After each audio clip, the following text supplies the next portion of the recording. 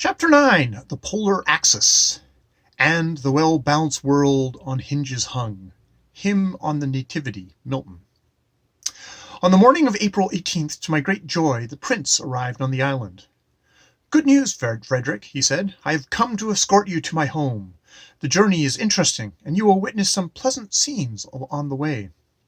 We hastened to get in readiness, packing our clothes, instruments, bade adieu to the superintendent, left the house and walked to the pier, where a small vessel lay moored. It was about 80 feet long by 20 feet abeam, constructed of bright copper-colored metal, and had no masts, sails, nor rigging. Its motor consisted of an electromagnetic battery and propellers. It was manned with a captain and crew. We embarked. The vessel got under way and sped over the waters at the rate of 20 miles per hour, directing her course to the pole about 500 miles distance. After several hours sailing, I saw with great surprise that the sea horizon around us, instead of sinking from view a few miles beyond, as is the case on all other oceans of the world, gradually extended until it stretched out on all sides as far as the eye could see, and stars which were before below the horizon now rose one by one above it. The sky also seemed expanded almost twice its former dimensions.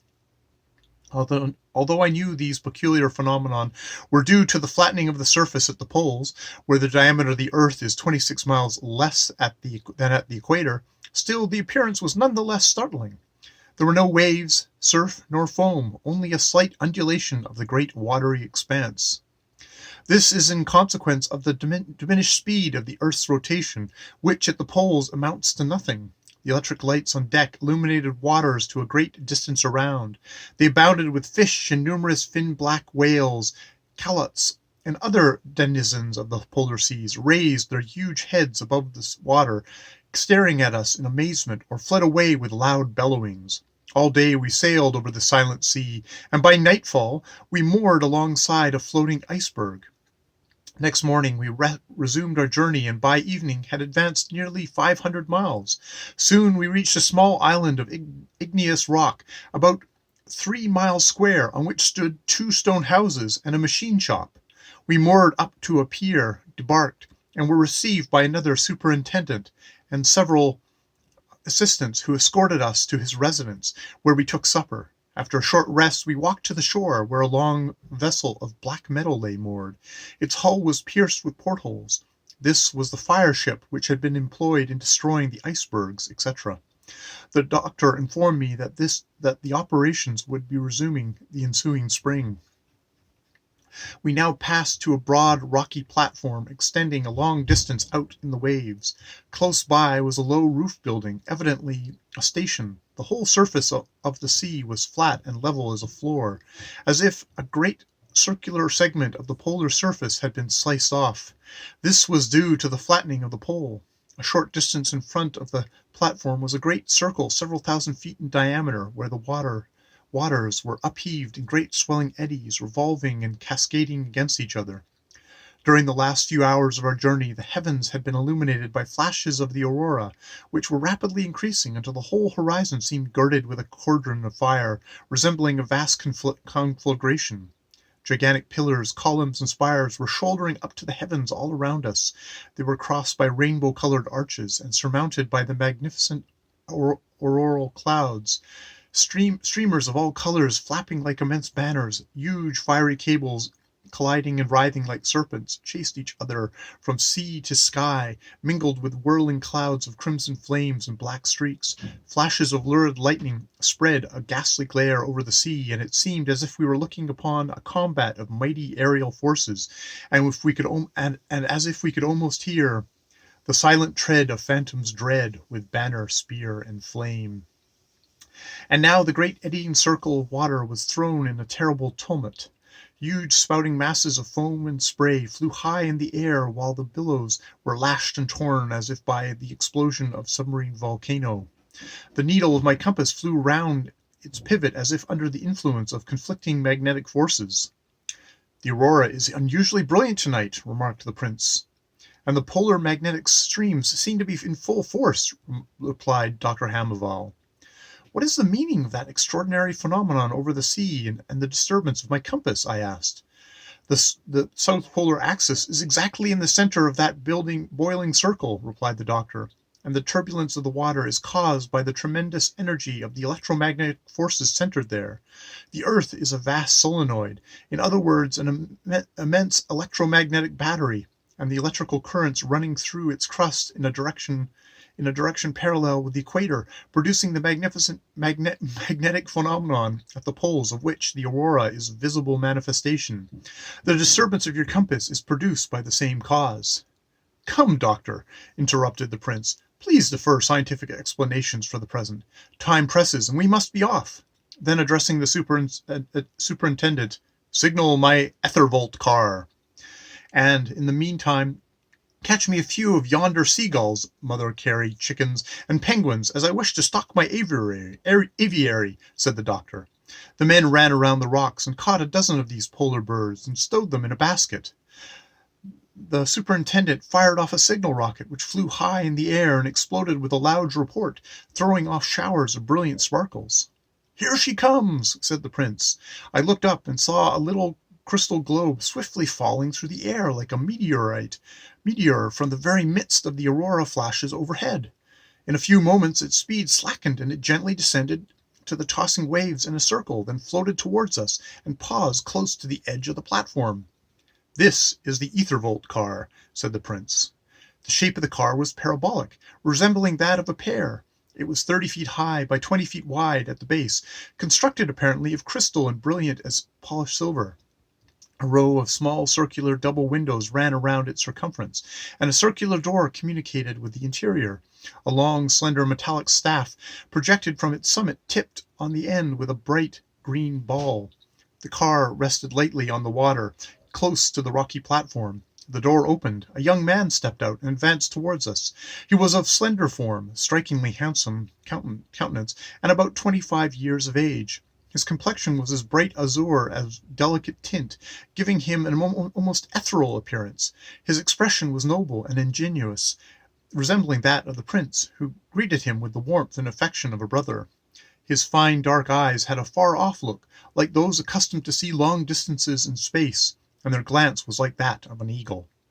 "Lieutenant," said Altafora, "I take pleasure in introducing my friend and fellow classmate, Helios Azar Asteron, our distinguished polar navigator and captain of our ethervolt car. Asteron, this, gentleman, is my esteemed friend, Frederick Hamilton, an officer in the Navy of the United States of America, situated about 9,000 miles from here. This is his first visit to these regions. He has accepted our hospitality and will be our honored guest."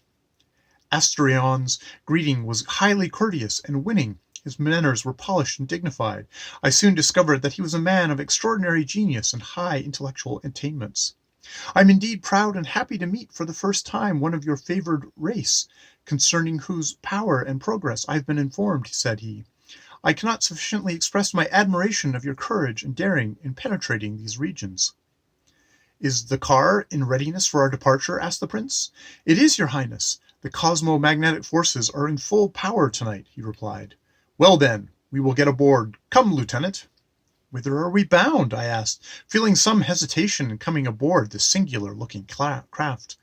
"Bound for home," replied he, then entered the door with Astrion. John had been observing the car with a mingled expression of astonishment, doubt, and curiosity. The raven perched on his shoulder, his head almost buried in his feathers, was also watching it with quite a suspicious look. "Captain Fred," whispered John, "don't you get aboard that glass balloon, no how." "Really, John, are you afraid of that?" asked the doctor. "Me no afraid for self, but heap afraid for Captain Fred. Much queer things going on round here. Me no like 'em." "Nonsense, John. Come, get aboard with your raven." "You please tell me aforehand where you're going." "We wish to give the lieutenant and yourself a little surprise. You'll see when you get there. Come." "Oh, me no let Captain Fred go where you live. You want me to carry him down a big hole underground." "Pooh, John, we're not going down. We're going up." "Hi, to the moon? Up to the moon? Terrible cold place. Nobody lived there but old man, old woman, and dog." "Bow wow. Get out," growled Jack, who had special spite against dogs. "We're not going to the moon. We're going higher up than that." Up in the sky? Yes. Phew. Nothing here but stars in heaven. Keep a long way off. We're not going to the stars. Where the damn do you people live anyhow? Do you live in heaven? We hope to go there, surely, some day. Oh, me no hurry to get there just now. Fraid cannot get in. Me heap bad fellow. Old Commodore heap worser. Swear like pirate. Fight like devil. Doorkeeper no let him in nohow. Reckon we have to go to the bad place. Fact. Damned it. Fact. Damned if it ain't, complacently remarked Jack. The prince and Astrion now stepped out on the platform. Come, Frederick. All's ready. Get aboard. Really, Prince, travelers generally like to know something about their destination before going on a journey. Certainly. I thought you knew. Has not the doctor informed you? He has not. We are bound for planet Mars. The planet Mars? I almost shouted. Of course we are. Good God, have you lost your senses? I think not, sir. Well then, are you indulging in a bit of a joke? No, Frederick, I'm in earnest. For a moment I could not speak. My voice seemed to stick in my throat. Finally I gasped out, Is Mars your home? Yes, we are all Martians here, except you and John. Martians? I almost shrieked. Martians, to the manner born, our ancestors dating back countless centuries. By Jupiter, Saturn, Mercury, and all the gods of Olympus and Infernus, how did you ever get here? On the trail of a comet or a falling meteorite? On this little car, and we're going to get back just now. Come, step aboard. My brain was in a whirl. I involuntarily shrank back. It's only about 100 million miles from here. A mere trifle, quietly remarked Astrion. I could not speak.